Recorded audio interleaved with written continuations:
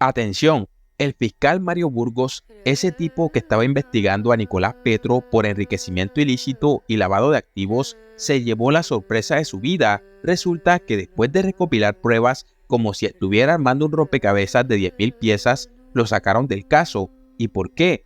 Porque según la Comisión Nacional de Disciplina Judicial, formuló cargos. Sí, cargos. Eso es como decirle a un niño que no puede jugar con su juguete favorito. ¿Y por qué? Bueno, porque sí, pero esperen que hay más.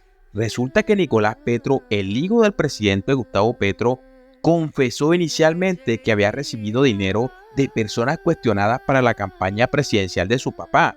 Pero luego, después de una reunión con el mismo presidente Gustavo Petro, que quizás le ofrecieron un abrazo o un helado, Nicolás se echó para atrás y vaya sorpresa. Y eso no es todo. Burgos también había juntado testimonios, movimientos bancarios, documentos de compras de inmuebles carísimos y hasta supuestas donaciones por cientos de millones de pesos. Pero ¿saben qué? No fue suficiente, porque según el comunicado, la filtración de un video fue la gota que colmó el vaso. Aunque no hay pruebas de que Burgos haya sido el culpable, lo sacaron a sombrerazos. Sí, imagina un grupo de abogados con sombreros de copa diciendo, ¡fuera Burgos!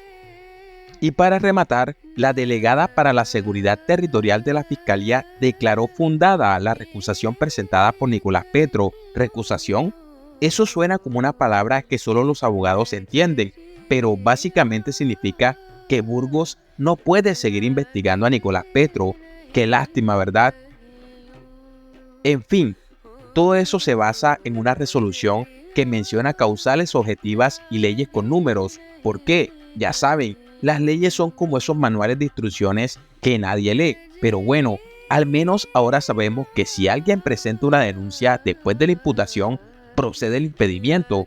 Y la pregunta es, ¿quién necesita Netflix cuando tenemos este drama judicial?